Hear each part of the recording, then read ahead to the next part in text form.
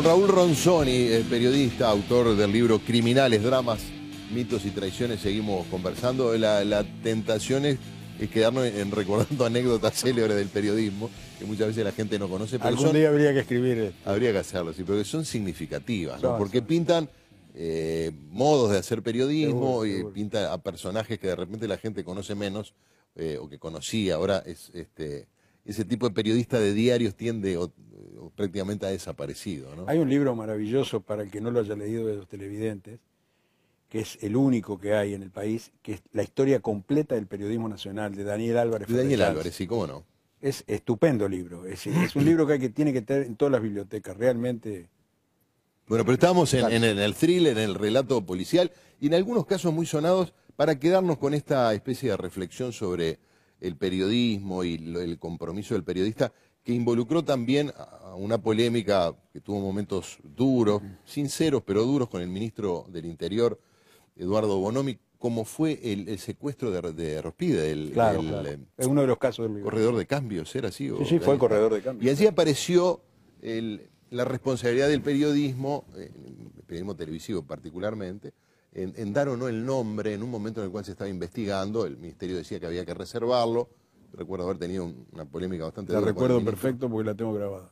¿La polémica es así? La tuya. Bueno, gracias. Quiero decir que no solo te leo la columna. Esas evidencias. No, porque y no te cobro. Pero parece que era sincero y legítimo la pretensión del ministerio que no se revelara. Y lo que yo le decía por una vez, pero mire, ministro, esto fue la propia policía que hizo circular esta información.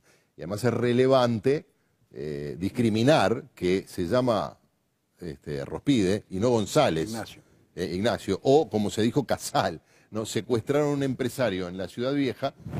Alguien dijo que era un empresario vinculado al fútbol y alguien terminó diciendo que era Paco Casal, y eso es el rumor, que es todo lo contrario a lo que es el periodismo, ¿no? Un gran periodista que se dedica al periodismo, pero además tiene una empresa de comunicación, Álvaro Amoretti, tiene 4 manos, estaba en el cine y me contaba que en su celular recibió una decena de mensajes de texto de empresarios que hacían circular nombres de quien estaba secuestrado, hasta que Traverso dio el nombre. Claro.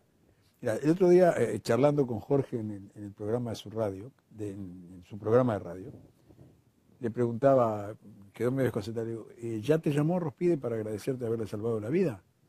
No, ¿por qué? Porque si tú no das la noticia, yo no sé si estaba vivo. ¿Por qué? Porque es lo contrario a lo que decía el Ministerio del Interior. Bueno, yo tengo la visión esa. Yo creo que Jorge, al dar la noticia, le salvó la vida.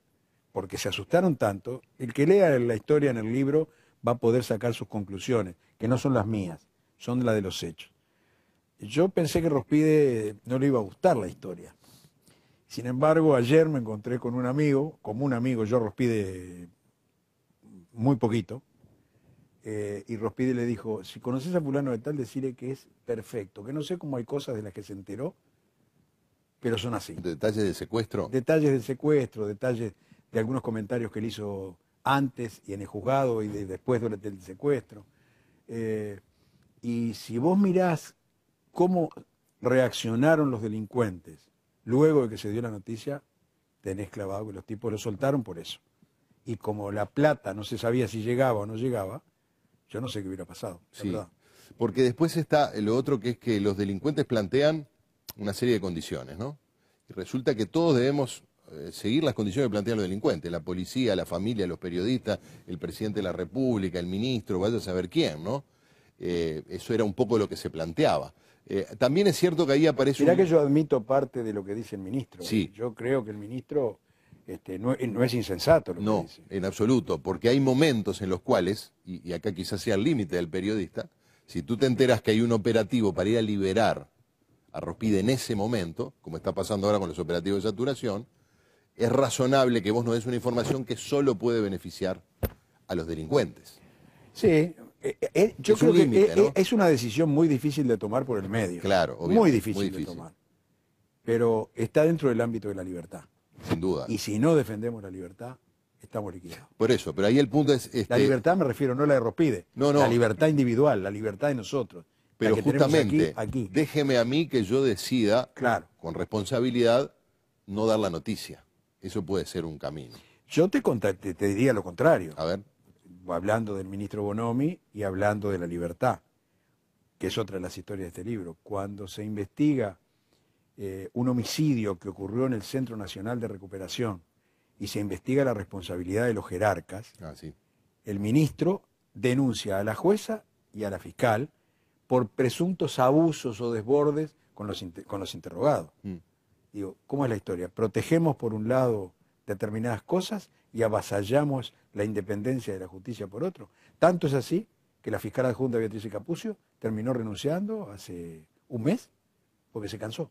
Ese día dijo, no quiero ejercer más. ¿Se cansó de qué? Se cansó, dijo, ese día lo saturó la presión y la violencia de que se metieran en su trabajo. La violencia de que el ministro... Claro, de que el ministro interviniera y la denunciara frente al Ministerio Público, como denunciaron a la jueza Canesa, frente a la Suprema Corte de Justicia, porque estaban investigando quién era el responsable de la muerte. Y yo supongo que el Ministerio partía de la base que jamás podía ser su subalterno. Raúl, ¿se presiona el Poder Judicial? Sí, claro. ¿Desde el Poder Político? Por supuesto, obvio. ¿Y es presionable o es susceptible de esa Pero presión? el problema no son las presiones. Hace un rato hablábamos de una participación tuya en las primarias de Estados Unidos. Sí, fuera fuera de cámaras, los lobbies son legales. Son legales, están regulados. Sí, un lobby es un grupo de presión. Sí. Entonces, a mí me parece muy bien que tú presiones a los directores de TCC para que te aumenten el salario, sí, o que me presiones a mí para que te diga lo que tú crees que yo te puedo decir. El secreto está... Es más fácil presionar. Es más fácil a mí que a los directores de TCC. No lo sé, ¿eh? Después de esto, yo tengo la información de que son generosos. Son muy generosos. Entonces, digo, ¿te permiten estar sentado ahí? Nervioso, me cayó el micrófono.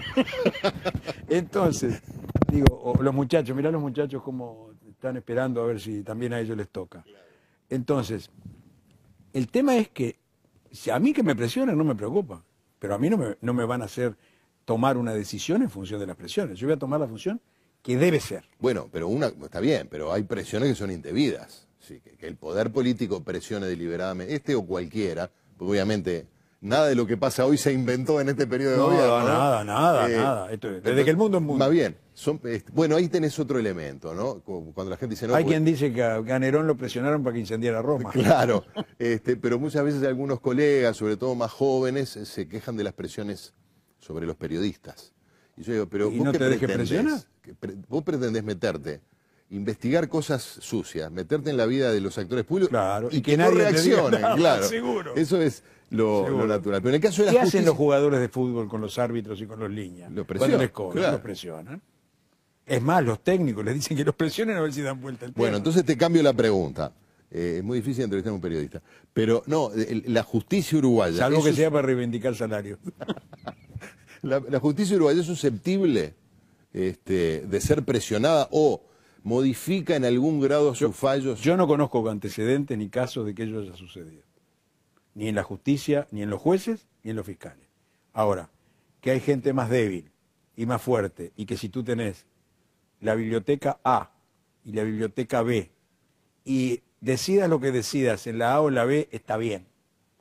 Y de repente tu debilidad te lleva a inclinarte por la B cuando debiste inclinarte por la A científicamente, no lo sé. Te pongo dos casos muy sonados, uno de los cuales sé que está en el libro, que es el de caso de Nibia Zabal Zagaray, que terminó con el procesamiento y la confirmación del procesamiento del general Miguel Dalmau. Ese es uno, donde todo el sistema político, el gobierno, la oposición, fuera de micrófonos y algunos al aire, está convencido que Dalmau es inocente, te dicen esto es un disparate, no hay una prueba, procesamiento del juez y confirmación por el tribunal.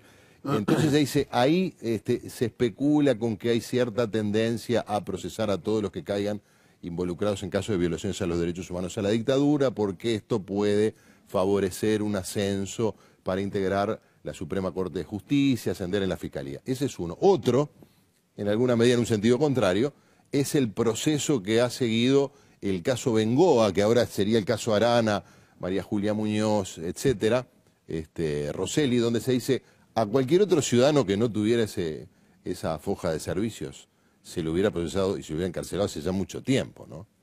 Mira, hay una frase que se utiliza en el ámbito judicial, en el mundo del derecho, que es: lo que no está en el expediente no está en el mundo. Claro. O no existe, ¿verdad? No existe, claro. Yo recuerdo una frase que me pareció por lo poco seria y por lo tosca y por lo grosera de Eleuterio Fernández Huidobro, el actual ministro de Defensa, que dijo para defender a Dalmau que se estaba comiendo un garrón. Sí. Recuerdo al presidente Mujica yendo a visitar al general Dalmau cuando tuvo una afección cardíaca. La pregunta que yo me hago es, ¿algún periodista le preguntó a Mujica o le preguntó a Fernández Huidobro o a cualquiera de los que dicen que Dalmau no tiene nada que ver si leyeron el expediente? ¿O opinan alegremente? ¿O opinan porque le dijeron? ¿O porque puede ser que? ¿O porque tal vez? Si uno no lee un expediente que tiene este alto, y del cual yo traté de hacer una síntesis. ¿Pero tú leíste el expediente? Sí, claro.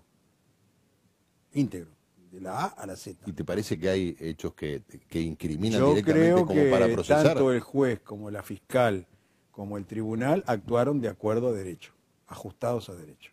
O sea que hay elementos que permiten... Hay muchos elementos. No solo elementos jurídicos, sino hay pericias, como una pericia forense, hay testimonios de decenas de personas que estaban presas junto con Nidia Zabalzagaray en ese momento.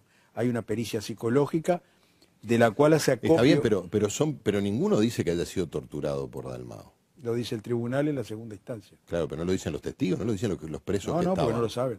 Ahora, cuando lo que pasa es que yo te recuerdo cuando te conocí en 1985, 86 y tú trabajabas, hacías prensa en Serpaj. Sí, cómo no. O sea que sos una persona que conoces muy bien el tema de los derechos humanos. Sí, o por lo menos como yo, bastante. Porque estamos desde hace años. Hace años que estamos metidos en el tema. Entonces, lo que yo pregunto es, si vos tenés en un cuartel 2 personas encargadas de la inteligencia del cuartel y una de las 2 personas está arrestada por un error administrativo y queda una, ¿quién es el responsable? Pero es un alférez. ¿Y? ¿Era el responsable del servicio de inteligencia? Está bien, pero que se sepa no participaban en ese tipo de, no sé. De interrogatorios o torturas. Yo no lo sé. De acuerdo a lo que surge el expediente, sí. ¿Vamos a hacer una pausa? Dale. Y seguimos con otros casos muy, ¿Cómo no? muy sonados.